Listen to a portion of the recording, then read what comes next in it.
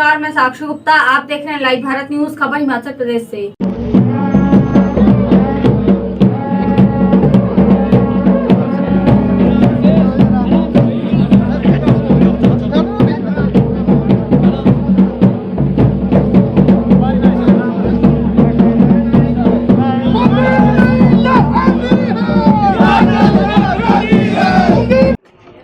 पहले शुरू में दिक्कतें आई थी, जैसे हमारे कोरोना के यहाँ पे पॉजिटिव केस आए थे। उसके बाद हमने पूरे जो भी हमारे लेबर है, जो भी लगानी है, सारे उनके टेस्ट करवाए, फिर सभी नेगेटिव पाए गए और उससे हम सुरक्षा नहीं। जैसे बाहर से कोई ग्रोअर आता है या कोई बाहर से मजदूर आ रहा है जी, तो उसका टेस्टिंग वगैरह, उसकी टेस्टिंग प्रॉपर वगैरह है जी जी, उनकी हम पहले 14 दिन क्वारंटाइन करके उसके बाद उनके नहीं, डेली का नहीं सर, डेली का कुछ जो हमारे पहले लेबर आएगी वही डेली का कुछ नहीं। हमने जो लेबर थी सर, जो भी लेबर आनी थी वो पहले मंगवा ली। जिनको क्वारंटाइन होना था उनको हफ्ता 10 दिन पहले मंगवा लिया था, और बाकी जो लदानी है, जो खरीदार थे, उनको भी एडवांस में। जी सर जी, बिल्कुल। हम 2 टाइम सैनिटाइज करते हैं, सुबह 9 बजे हैंड वॉश यहाँ पे लगे सर। सरकार की तरफ से क्या किया गया? सरकार की तरफ से भी सैनिटाइजर की पूरी व्यवस्था बनी है, और बाकी हमने खुद भी 2 टाइम सैनिटाइज करते हैं। वो तो मंडी की तरफ से है, ये मंडी की तरफ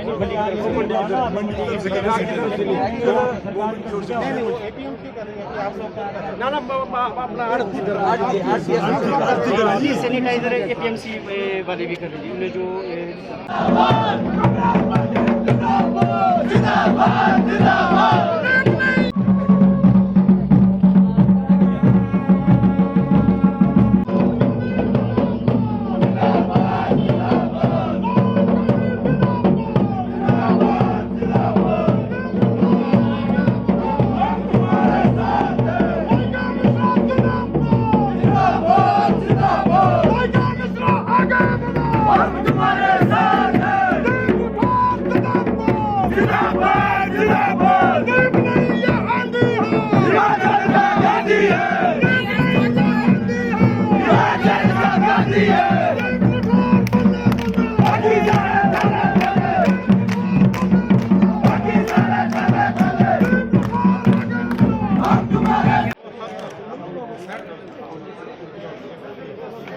सर आप ही आओ।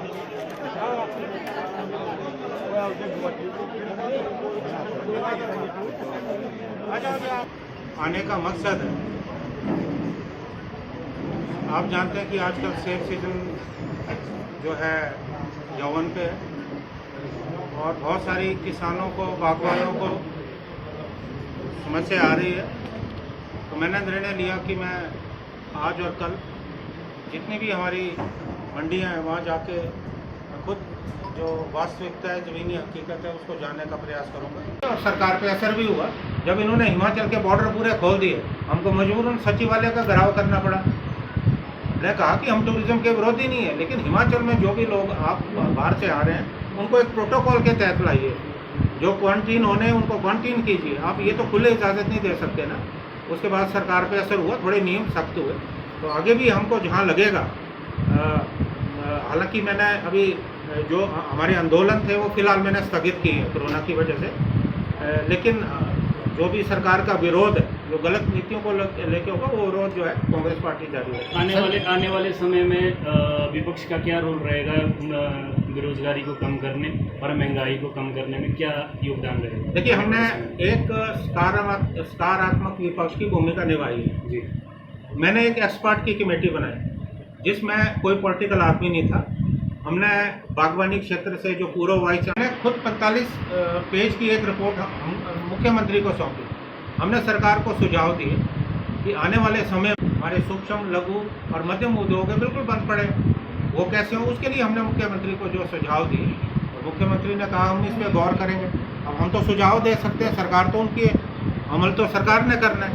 तो मुझे पूरी उम्मीद है कि सरकार इस दिशा में प्रयास करेगी, जो मुझे अभी दिख नहीं रहा। अगर नहीं होगा तो जो विपक्ष का दायित्व वो तो हम कर ही रहे हैं। सर, वर्तमान सरकार के कार्यकाल को आप कैसे आंकते हैं? देखिए, मैं ये कहना चाहूँगा, बहुत निराशाजनक।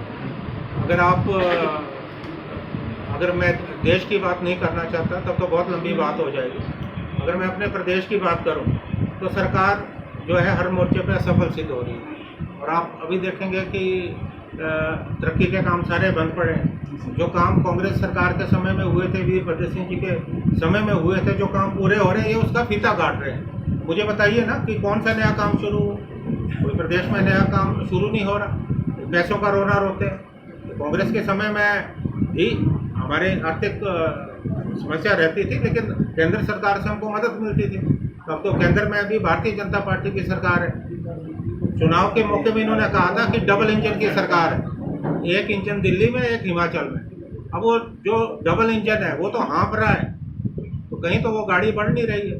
तो बहुत निराशाजनक है। और सरकार के जो फैसले हैं, सुबह कुछ फैसले लेते हैं, दिन को फैसले बदल जाते हैं, शाम को कुछ और मीडिया में रिपोर्टिंग होती है। तो ये सरकार जो है टिक नहीं रही। सर यही बात है कि जैसे मुख्यमंत्री साहब ने यहाँ पर फर्स्ट 25 जनवरी 2018 को घोषणा की थी, जिसमें अन्य सब डिपो है, जिसमें अन्य का ग्राउंड था, जिसमें काफ़ी सारी घोषणाएं की गई थी। उसके बारे में आपका क्या? आज तक तो कोई काम सरकार नहीं, उसके बारे में देखिए ऐसे बात कहना चाहता हूँ कि यहाँ घोषणाएं हो रही है, सरकार करे, उनका दायित्व है, लेकिन एहतियात बरतने की ज़रूरत है। और आपने देखा होगा कि सचिवालय के जो कर्मचारी वो सारे सड़कों पे आ गए, क्योंकि सचिवालय में भी संक्रमण हुआ है।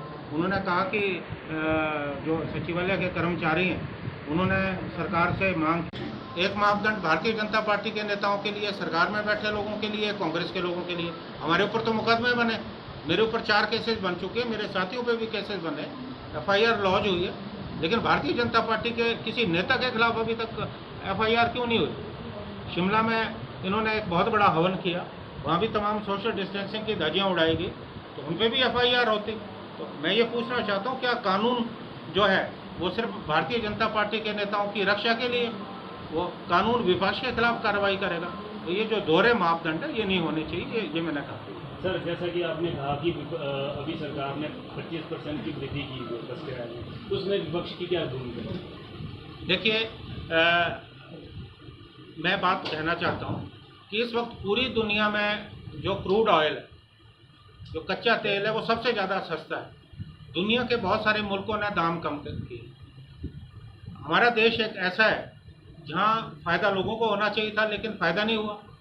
डीजल और पेट्रोल के दाम इतने बढ़ गए, और पहली बार हुआ कि डीजल पेट्रोल से ज़्यादा महंगा मिल रहा है। निश्चित तौर पे अगर डीजल महंगा होगा तो जो हमारी आवश्यक वस्तुएं, जो ट्रांसपोर्टेशन है, वो महंगी होगी, दाम बढ़ेंगे। और अभी जो बसों के किरायों में बढ़ोतरी हुई, हमने सरकार को कहा कि आप जो डीजल पे वैट लेते हैं हिमाचल में, उसको आप कम कीजिए, क्योंकि जो प्राइवेट ट्रांसपोर्टर है उनको भी समस्या आ रही थी। तो अगर आप वैट कम करेंगे तो उसका फ़ायदा निश्चित तौर पे आम लोगों को होगा। आपको बस के किराए बढ़ाने की ज़रूरत नहीं है, लेकिन सरकार ने हमारी बात नहीं सुनी। 25% इन्होंने पहले बढ़ाए, जब सरकार बनने के बाद 25 अभी बढ़ाए, तो 2.5 साल में ये 50% जो है किराया बढ़ा चुके, जो बहुत ज़्यादा है। और अभी आप जानते हैं कि क्या हालात है, महंगाई बढ़ रही है, लोगों की समस्याओं से ये सरकार दूर भाग रही है। जो बेरोजगार हैं या हमारे छोटे उद्योगपति हैं, होटलियर्स हैं, हमारे बागवान हैं, किसान हैं, सरकार ने किसको क्या दिया?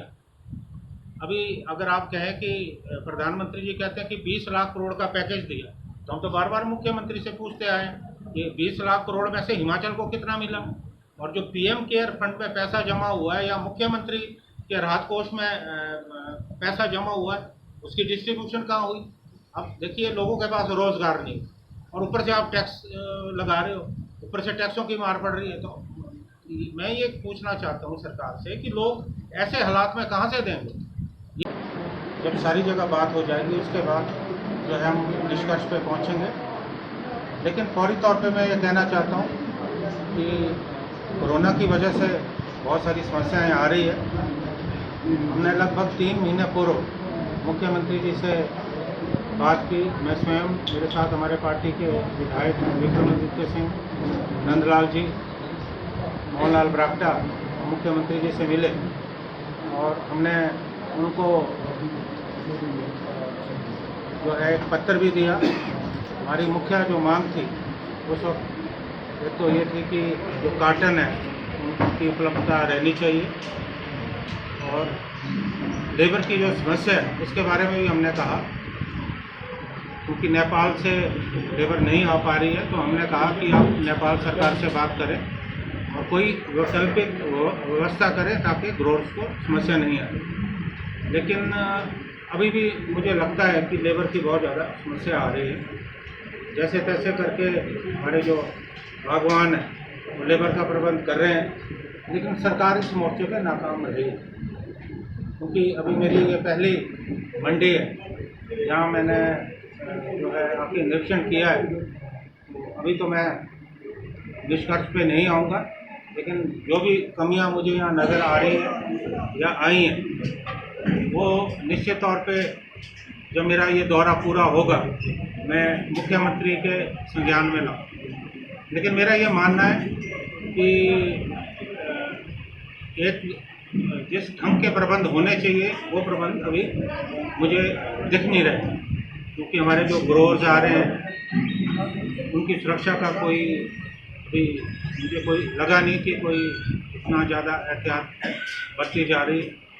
तो सरकार को इस विषय में जो है हम जब रिपोर्ट देंगे तो हमारी ये मांग रहेगी कि इस वक्त सबसे ज़्यादा ज़रूरी किसानों की सेफ्टी है, बागवानों की सेफ्टी है, हमारे जो मजदूर हैं, हमारे जो कमीशन एजेंट्स हैं, उनकी सबकी सुरक्षा की बात। इससे ज़्यादा मैं कुछ कहना नहीं चाहूँगा कि मेरा अभी दौरा यहाँ से शुरू हुआ है। अगर आप कुछ पूछना चाहें तो जाते हैं वहाँ कोरोना से ग्रसित, उनने कुल्लू में जाके कहा, तो उसके ऊपर क्या कहना है? किसने कहा? मैं ये कहना, मैंने ये कहा कि भारतीय जनता पार्टी के जो नेता हैं वो एहतियात नहीं बरत रहे।